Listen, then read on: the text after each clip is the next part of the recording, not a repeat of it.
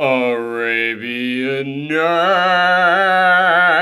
like Arabian Days. This song is slightly worse than how Will Smith delivers, but it's not that far off. Hey everyone, it's me, Aaron. I'm Michelle. To the 5 people who didn't unsubscribe after hearing that. This is our post-Geekout reaction for the live-action Aladdin film. Part of Disney's big push. I don't know what you want to call it, like movement or something to take away all the fun of their old animated films. I don't want to say that. Some of them have been fine. I like I wanted to say Animal Crossing almost there. Which is kind of what that film is. Jungle Book. No, Zootopia is Animal Crossing. No, there's no weird human people that shows up in Land of Animals. I did actually like the Jungle Book one, and I haven't seen all of them. I didn't see Maleficent, even though I've heard pretty bad stuff about that. Yeah, and that's surprisingly getting a sequel. It's not surprising. It brought in a ton of cash. All these Disney films bring in tons of money. And yet they're all average. They're all fine. They're all fine. But the audience we were in, oh my goodness. Oh my God, Peach. I think we might need to start over. No, that was gold. That was gold. That's staying in. All right. So, yeah, they all make a ton of money, but the audience that we were in, yeah, like almost everyone I've spoken to have just been like, yeah, they're fine. They're all right, whatever. But the audience we were in, they were loving it. So there is an audience out there for it. Yeah, there is a diehard audience for these Disney. The diehard live action, we love animated Disney. We just don't want to pay to watch animated Disney. You know what it is? It's people, when they get older, they're nostalgic for what they had as a kid, but they're ashamed of what they had as a kid. So now they want the thing that they had when they were a kid, but they want it altered so that it feels okay for them as adults to enjoy it. And despite the fact that we have had so many just generations of like Pixar films being nominated for Best Picture. We've had so many, like, the Marvel Cinematic Universe is the highest grossing thing ever, and it is diehard true to what the comics are. There's still that group of people out there that are afraid to admit, yeah, I like Disney movies. I like Disney animated films. There, I said it. I don't care if I'm an adult saying this stuff. And so they want, like, an acceptable version of that. They want something that's like, okay, if I go and pay to see this thing in the theater, no one's gonna judge me for it. It's like, just grow the fuck up and just like what you like. Because that's the thing that I really realized while I was watching this. Because, you know something? I will say it. This is actually a pretty good film. It's good, but it's okay. It's better than I was expecting. Better than I was expecting. Especially after all those trailers came out and we were all like, ugh. Yeah, it's better than I was expecting, but still nowhere near as good as the original animated movie. Then here's the thing about that. After I got out, I was like, yeah, that part was pretty good. That part was pretty good. All right. And I was humming along to those songs. Man, those songs got me upbeat. They had me just ready to go out there, just tapping my toe, just humming along. We saw this yesterday. I've still been humming all day, the songs in this. And I had to stop at a moment and think, no, you know what? This actually, it was, I mean, hey, man, I'm in a good mood after watching it. I'm humming along. And I had to stop and think, everything that I liked in here was just copy and paste from the last one. And it's not even like they took it and completely reinterpreted it into something new. No, it's like 95% exactly the same as it was in the previous one. Yeah, and that's honestly like my biggest issue with a lot of these remakes is like a lot of them don't really do anything different. I mean, besides Dumbo, I didn't see the movie, but Dumbo's another one that we haven't seen yet. I haven't seen it, but I could tell from the trailers that they were actually trying to do something different. You can tell from the fact that society has moved on from then they were going to do something different. Yeah, you could tell from the fact they were making a Dumbo film that was like, oh, it's not going to be like that last Dumbo film. Yeah, so there's some, and also, like, we didn't see Maleficent, and I know then that one, they made her like, oh, she's not bad, she just has a tormented past, although now they have, like, the sequel coming out, it's like, no one liked that, make her evil again. It's like, okay, I guess we'll go back and make her evil now, so, yeah, this one, more than any of the other ones that I saw, feels really just like, oh yeah, it's just that thing. It's literally just Aladdin, but we add half an hour in here. Okay, I didn't really need that extra half hour in here. No, it's like, I get what they were trying to do. They were trying to like develop more of the characters. That's like some of the stuff that they built up especially Princess Jasmine. Like, Princess Jasmine, they gave her a lot more character in here, and some of it I liked. But every now and again, they would make it a message about Princess Jasmine coming in here and being like, "Oh, why can't I rule because I'm a woman?" I was like, "Okay, it's good that you're putting that message in there." But they stuck with that message a lot in here, and I was just like, I'm kind of just here for the genie. I hate saying that. No, it's like the thing is, they've got that point across perfectly in the first movie. It's like, Jasmine didn't want to be married off to some guy, some random prince you didn't know. So, obviously, that was her character in the movie. It's like, we did not need to, like, push it anymore, and when they did, it just kind of felt like it was dragging on. It did feel kind of like they would stop the movie whenever they wanted to do that. Yeah, and then they get And again, I hate saying that because it's not like I'm opposed to that message. No, obviously not. Absolutely not.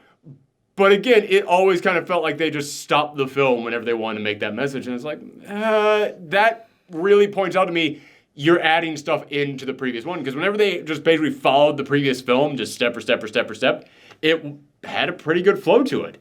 And then whenever they stopped to introduce something that was not in the previous film, it was like, okay, hold on a sec. The only time in here in which they really stopped to like introduce new layers to a character that to me worked was with Jafar, because it's literally like maybe 30 seconds of the film.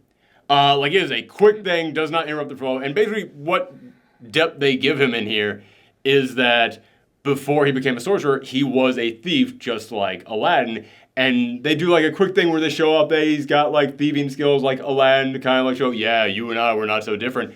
Which is a cliche, but it didn't slow down the film. It really did just go, like, it followed what they needed to do. They needed to get Aladdin from here to over here. Jafar doing this, helped move that along, and also gave a little bit of depth to him. And it was, like I said, like 30 seconds. Okay, and it does come back around at the end for a pretty good moment in there that, again, progresses the plot.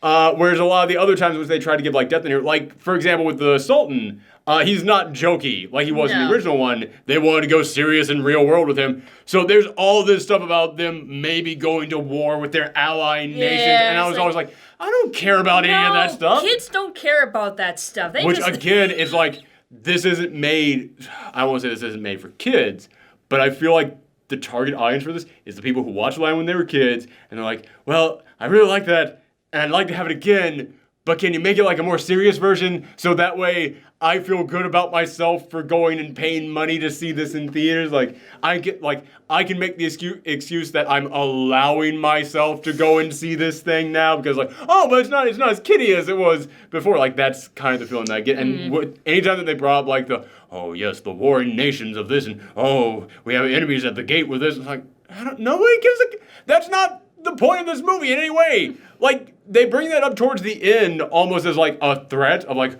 oh, if this happens, then oh, we'll go to war with this nation. I was like, you have Jafar trying to get the most powerful creature in the universe to become his slave and give him unlimited power. That's the threat. All this other stuff seems totally unimportant to all this crap. Like, at one point I was thinking, is there actually gonna, like, be a war with some outside country that we have not been introduced to? Yeah. Or what? Is that... Yeah, it felt...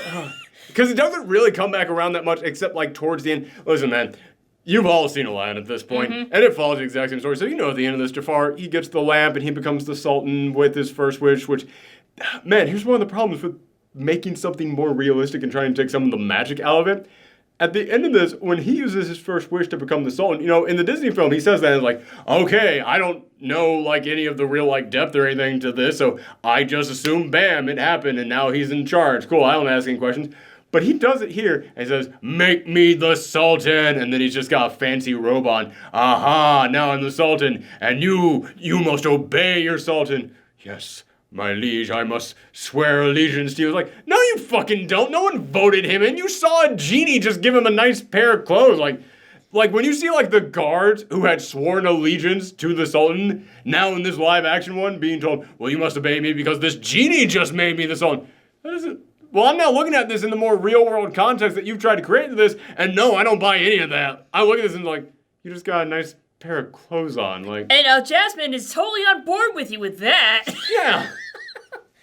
that was kind of a weird transition. Like, when Jafar became Sultan, he ordered the guards to take her away. And then she starts singing about how she won't be silenced anymore. And okay, again, I'm totally on board with you wanting to put that message in your film, but you don't know the right times to put it in the film. And yeah, like at this like peak pinnacle moment, this is the one new song that they put in here. And I'll admit, it's a good song. Like, it is a good song. I think it might have been in the musical, the Broadway musical. It might have been. It might have been. Yeah, but, it's been a while since I've seen the Broadway musical. We did actually also see the Broadway musical. Which, by the way, it was playing like right next to us when we were going to see the movie. So it's like... It's the theater that we saw the movie in is right next to the theater on Broadway where they show the Aladdin musical. And it's like the whole time I was thinking, gee, I'd rather be watching that instead. I was doing the mental comparisons in my head. But yeah, they stop the entire movie at that moment as she does this. And when I say stop the movie, I mean everyone freezes as she starts walking around as everyone is frozen in time to do this song. And I was like, wow, right here at the peak, like, you didn't even do like a dance number or anything. You're doing like the internal monologue musical number. Yeah. And if you're going to do the internal monologue thing, have like her going through like images of her past and like her history and stuff like I honestly got really confused at that part. Like, I thought she had magical powers at that moment. I thought her strong ambitions gave her the strength to look beyond the illusions. Because earlier in this film, there is a moment in which they mention that she might have the power to not be affected by magic. There's a moment in which they kind of tease that. And then at this moment, which after Jafar is like, take her away, and like the two guards just decide to take her away, because fuck it, they're just going to not question the political structure of a genie putting someone in power. To be fair, he is the most powerful thing in the world. Yeah, but it doesn't mean that he got him elected. Again, it's not like, there's no one, that's just, it drove me nuts. Again, in the cartoon version of this, you don't see all that stuff happening. You just see he's now Sultan. That's it. So you don't know what kind of powers the genie affected everyone with. And here you know he didn't affect anyone with anything. They're literally just like, well, I have to obey whoever the Sultan is. And he's now in a fancy outfit and hat. So I guess that makes him Sultan. Yeah, that drove me insane. But they're pulling her away from this, and then she just goes into this song about I won't be silenced, and it's a good song. I gotta point that out again. It's a really good song. She's a very good singer. She is belting that out there, man. But everything freezes, and then you see people being Thanos snapped away in a dust around it.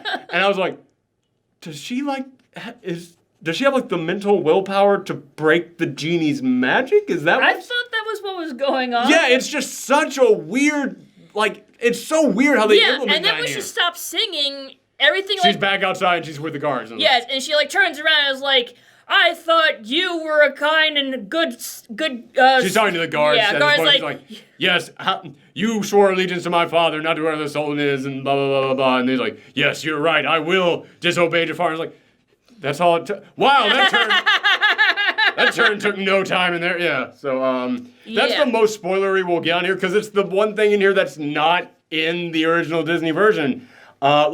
There's other stuff that they do where they extend it a little bit. Like, you get a little bit more on Aladdin here. Like, one brief line about, oh yeah, my mom died, and I don't know where my dad is. That's all you get.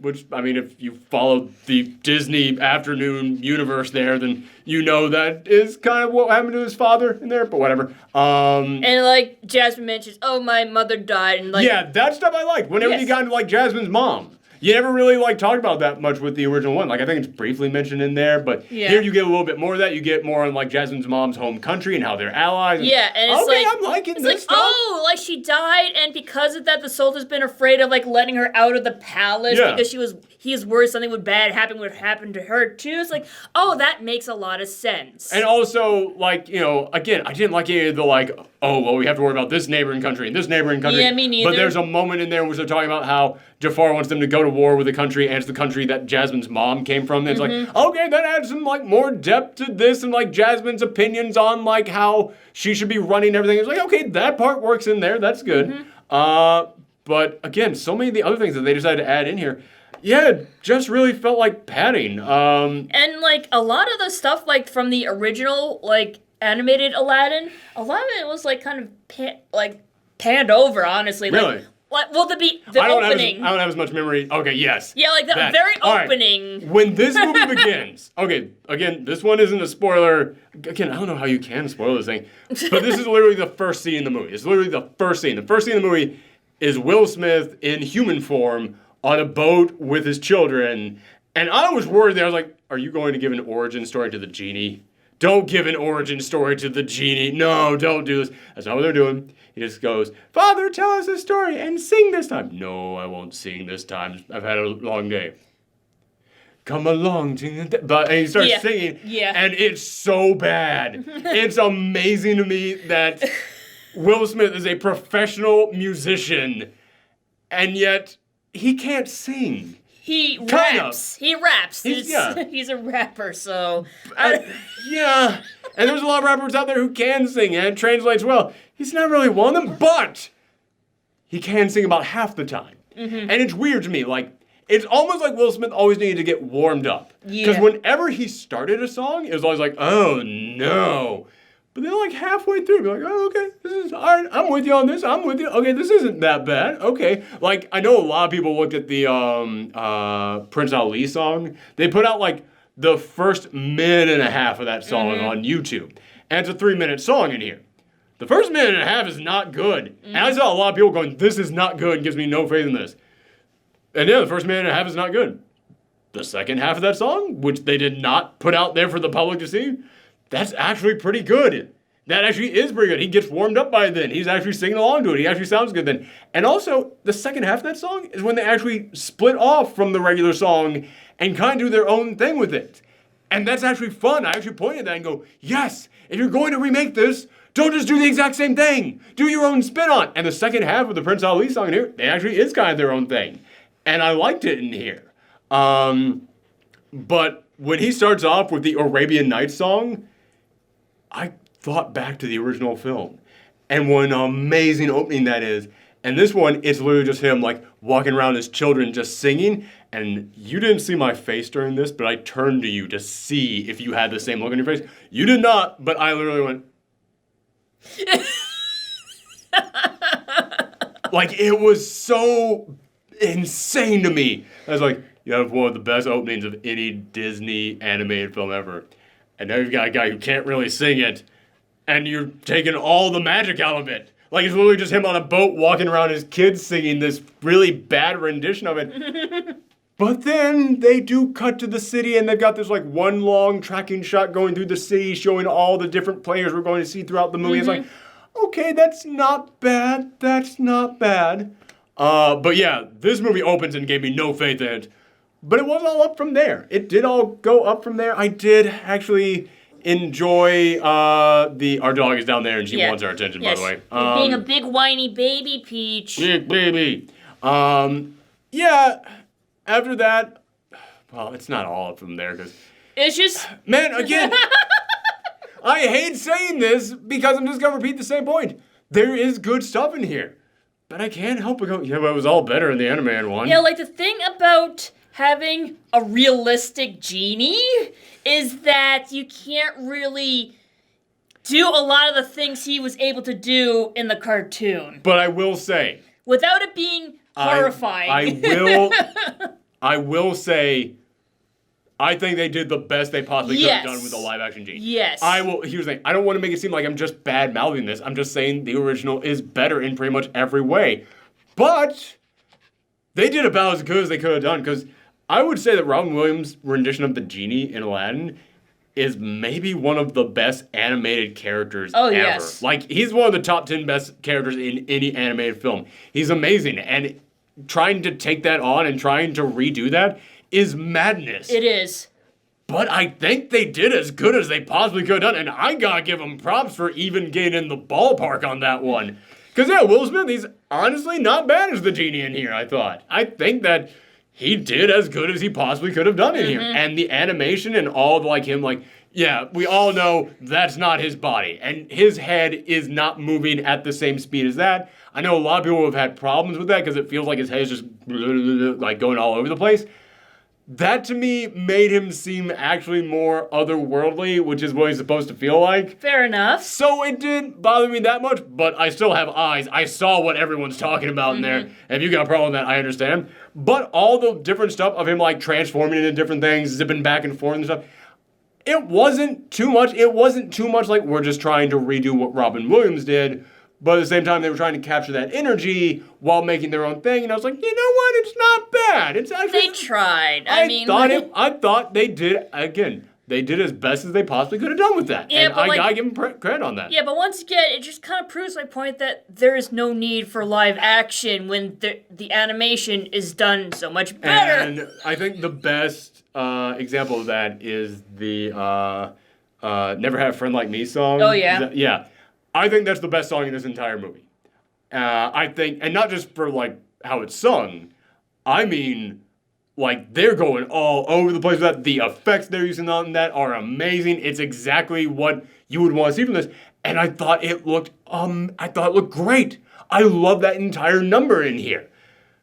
But when we got home, I went on YouTube, looked up the original one, went, you know what? Let me just compare these two. And yeah, the original's like, this one, it's great.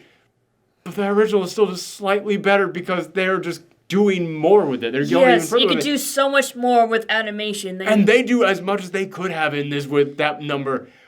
But also the other thing, as I mentioned, Will Smith, he can't really sing all that well, but the You've Never Had a Friend Like Me one, that's his best song in here. He is good from start to finish on that song. He is great on that number.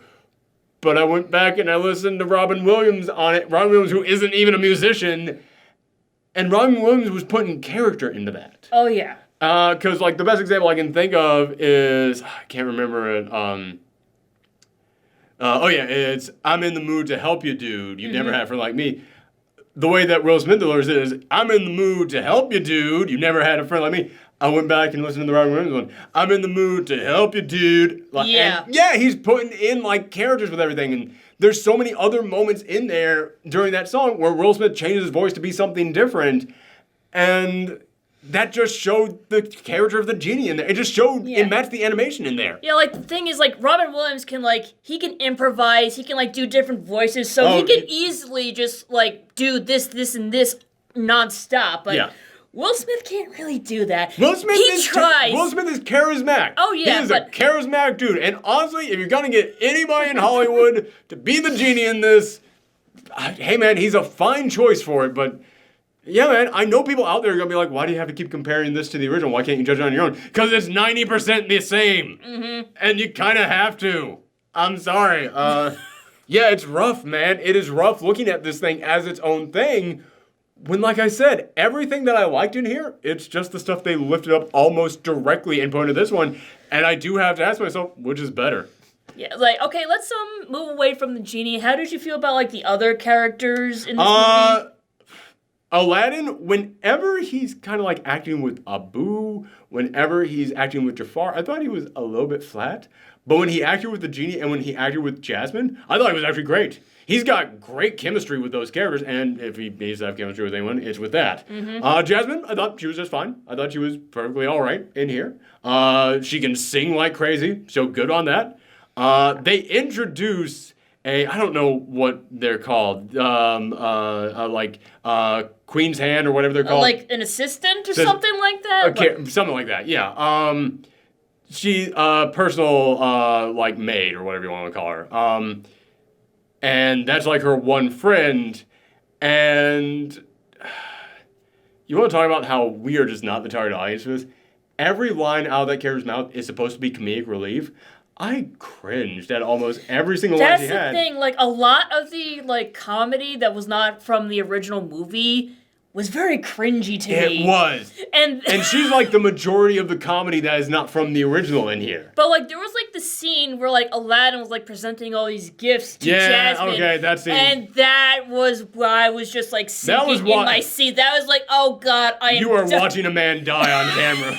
Which, in all fairness, that scene, you're supposed to feel that way. I guess, but I felt like they went way too far. It went on too long. That's the thing about this film. It goes on too long. This is 2 hours and 9 minutes. Yes. It doesn't need to be It doesn't need that. to be. At all. Yeah. But it's like I always felt like Aladdin was like really awkward, but like I always thought he was supposed to be like the smooth talking street rat. At least he was in the movie, in the original movie. So having him be awkward and clumsy in the remake, I feel like he's awkward and clumsy when he's Prince Ali.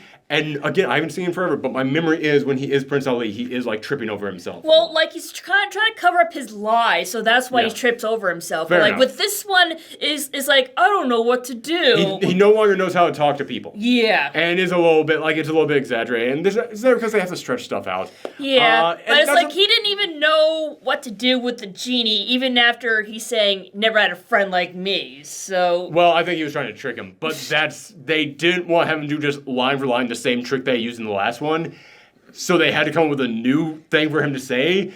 And it's extended out. It's longer than what he tricked him with in the last one. And it does just make you go, dude, let's just move on with it. The genie even says, how do you not get what's going on here? Yeah, this movie, it's half an hour too goddamn long. Mm-hmm. And I hate saying that because that half an hour is the stuff that they added in here. And I don't want to make it just seem like I'm going, just watch the original. But yeah, the half hour they add in here is not that good and slows everything down. At the end of this thing, again, I don't feel like there's anything you can spoil in here because we all know how this thing ends. You know that it ends with Aladdin tricking Jafar into wishing that he's the most powerful thing in the universe, and then Genie turns him into another genie, so he's trapped in the lamp. Man, I remember when I was a kid watching that originally, I was like, oh my goodness, that's so smart, wow. Mm-hmm. And granted, I'm not going to be surprised by it this time, but I didn't expect I'd find myself sitting there going, we know where this is going. Just make it happen. Just get to it already, man. Yeah, the scene goes on too long. We know where this is going. Yeah, the pacing in this movie is so slow. It's either it either goes too quick and then too slow and then too quick and then too slow. It's like never. And there's some stuff that they had to put in here to pad this thing out that actually hurts other parts of the film that need to be there. Mm-hmm. Like, we all know that Aladdin, his second wish is that Genie had to save him. So the second wish had to be for Genie to save him, and I don't remember how it was in the original. But I know that in this one, Aladdin is drowning, he's unconscious, like, oh, come on, Al, I need you to say I wish. I can't do this unless you say I wish. I can't help you out unless you actually say that you wish. Al, I can't do this. But earlier in this movie, in scenes that they add in this film, we see him helping Aladdin constantly in this thing without him saying, I wish. Mm-hmm. Him just basically saying, like, Genie, come on, just help me out on this thing. And listen, it'll be better for you in the long run if you help me out on this thing. Like, so I was like, okay, I guess I'll help you out with this one thing there, Al. Fine, I'll do that.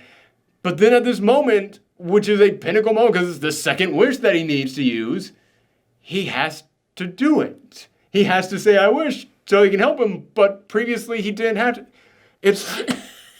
My head hurts. Yeah. I want to talk about more positive things. I did like... Hold on, I've almost...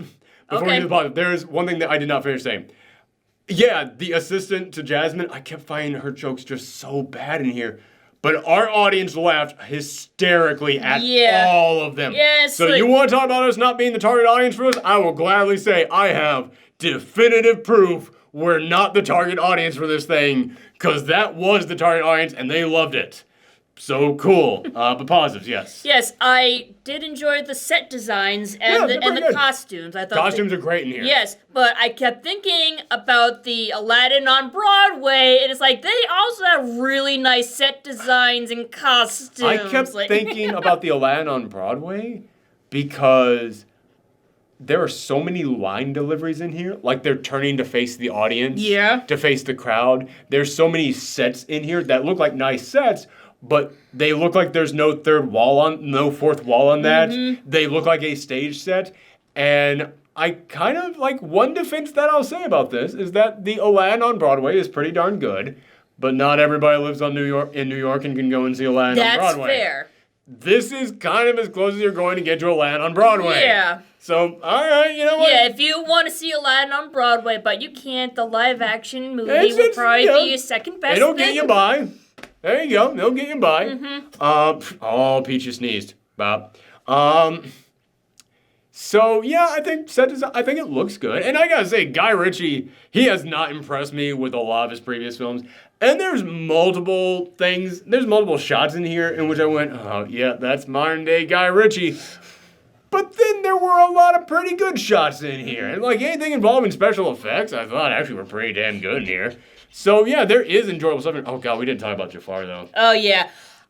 He's my least favorite of the new interpretations. Yeah, he was way too young. He looked unless Iago counts as a character, then that's my least favorite of the new interpretations. Well, they were trying to make him realistic. He's just a parrot. Yes. He's just a freaking parrot. And it's like, when I heard like Alan Tudyk was voicing the parrot, it's like, oh great, he's a great voice actor. He's gonna bring so much character to this. Nope. He is a great voice actor. He was too good of a voice actor. He was just a parrot in this. Yeah, it's weird that he's our modern day Frank Welker. Which, by the way, speaking of Frank Welker, he returns to be the voice of the Cave of Wonders. The Cave of Wonders sucks in this. I thought so too. The Cave of Wonders is bad in this. It's literally just a carved out lion face in the side of a mountain. Yeah. There's no like the big like revealed, oh, look at this big amazing thing. It's just, we're going up to the big attraction now. We're going to enter the haunted house, everyone. That's what it is. Like, even the inside of the Cave of Wonders was very disappointing. It's like, just a big set of rocks with gold in them. Yeah, because like once again, in the original, there's like giant mountains of gold, and it's like, you have all the CGI and it also feels like the Cave of Wonders is huge. Oh yeah, like it feels like it goes on forever. Yeah. This feels like it's one room. Yeah, so like when like the lava breaks out from Abu touching the forbidden treasure, it didn't feel like that they were at stake. It felt like, okay, get on that carpet and get up there now. Yeah, it didn't feel like there was like any time running out or like, gonna get trapped in a room or anything like that. So. That is probably, I think, these are the three worst reinterpretations in this. The Cave of Wonders, Iago, because he's just a parrot, and again, at the end of this, they do the exact same thing where Jafar is being sucked into the lamp, and he goes, you're coming with me, and grabs him and pulls him in. Think about in the original where it was like Gilbert Gottfried, like, no, get away from me, Jafar, I want you, like, just sucking him back in, no, getting sucked in that thing. In this one, it's just, bye, Jafar, you're coming with me, Bert. Sucks him in, that's it. That's all there is to it. It's like, wow, so much just personality just gone. And Jafar, he's fine as a villain. Like, he looked too young. He's definitely too young. Yeah, he's supposed to be like an older man. I definitely agree with you. He's definitely too young in this thing. But, yeah, he's just an evil dude. Yeah, your typical evil guy. Whereas in the first one, yeah, he is an evil guy, but he's an evil guy with personality. Yeah, he's a badass villain. Like, Prince, you know not to mess with him. Prince Boo Boo. Like, just the shit talking he does in that. The shit talking he does in that film. And the personality and just the stink eye that he always has. It's got so much to it. And here he's just a bad guy. Just bad guy number 9. He's just a grumpy little man who's sad that he's not number 1. Which I will say, as another thing of what they threw in here, I do like that they put in there like one scene of like Jafar showing like how pissed off he is that he's not, that there will always be someone more powerful than him, because like, all right, well that's at least like a setup for like your downfall. Okay, I'll give you that. But again, I always thought it was obvious from like the first movie that you just wanted powers. That's true. It didn't need to be said, I guess. Yeah. All right. So yeah, in the end, man, Peach, you enjoying that thumb? All right. Yeah. So in the end, this is weird. I feel almost like I have to give this like 2 ratings almost, because I did enjoy the music in here. I did really enjoy the music. And I think that, like, the genie is fun, and I think the chemistry that they have in here is fun. So, honestly, I walked away from this feeling pretty good. I would have given it, like, a 7, honestly. Except then I just have to ask, like, every single thing I liked in this, aside from, like, the one tiny smidge of backstory that they gave to, like, Princess Jasmine's mom and to, like, Jafar being a thief, aside from those 2 little smidges of, like, backstory, I think that everything that I liked in this movie just came copy and pasted from the previous one. And it's better in the previous one. Yeah, I hate saying it, so I'm gonna drop it. I'm gonna drop it down to a 6.5 because it is enjoyable. It is enjoyable if you just want. Here's the thing: there are people out there that's like, I do like Aladdin, and because I like Aladdin, I just want more Aladdin. Mm-hmm. All right, cool. I can understand that, man. I can totally understand that. Mm-hmm. But if you're one of those people out there where you just haven't like watched Aladdin in a long time, you're like, yeah, I just kind of want those vibes of Aladdin again. You could just watch Aladdin again, and you'd be better off. But if you watch Aladdin a lot and you're a big fan of it and you just want something new from Aladdin while still staying true to the old, yeah, man, this is just fine for that. It's totally just fine for it because it is a good time. It is a good time. But it's kind of a pointless good time. So I'm gonna give it like a 6.5. What about you? Yeah, I feel the same way. Like 7 for but without all the stuff from the original, it's a 6. Yeah, okay, so it evens it out. Just Yeah. All right, so that was it. There's no spoilers on this because it's just fucking Aladdin. Yes. Who hasn't seen Aladdin? I mean, if we're watching this, we assume that you Why watched in God's name would you decide, I'm going to go and watch the live-action version before I see the animated version? Why on earth would you decide to see that and do that to yourself? So yeah, all right, that was it, everyone. We will be back later tonight with our review of Brightburn. It's rare that we get 2 reviews out in a day, but we did see both movies. So we'll be back later for something very different from this. All right, come back later, everyone. Bye. Bye.